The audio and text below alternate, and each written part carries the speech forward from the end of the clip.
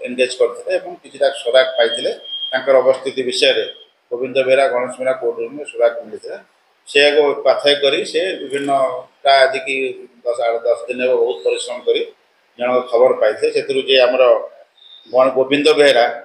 ये शहीद नगर गोटे महाकाली अटा कलश कम कर बस्ती माँ सहित थे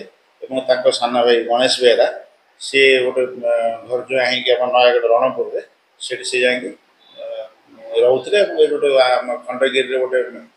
furnishing iron furnishing steel furnishing welding सप से कम कर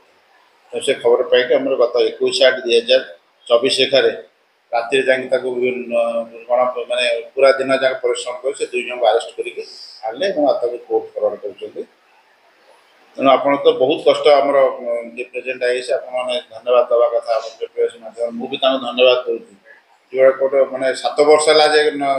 नई पारा सी कम कर देखते आगामी दिन मानक आप देखिए एमती जहाँ जहाँ सब केस पुराना केस अच्छी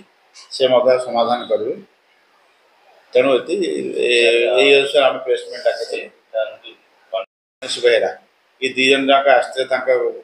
माने बापा माने बड़ा पाठ्यक्रम शुणी से आसते सी चाहते नित्यानंद बेहरा को डिस्यूड करने मारपीट किंतु नित्यानंद बेहरा माने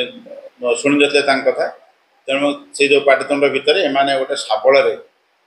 गणेश बेहरा गोविंद बेहरा मिसिकी शाबल नित्यानंद बेहरा को आसल्ट करते आसल्ट कलापर सी रक्तस्राव होता से दिन ठार से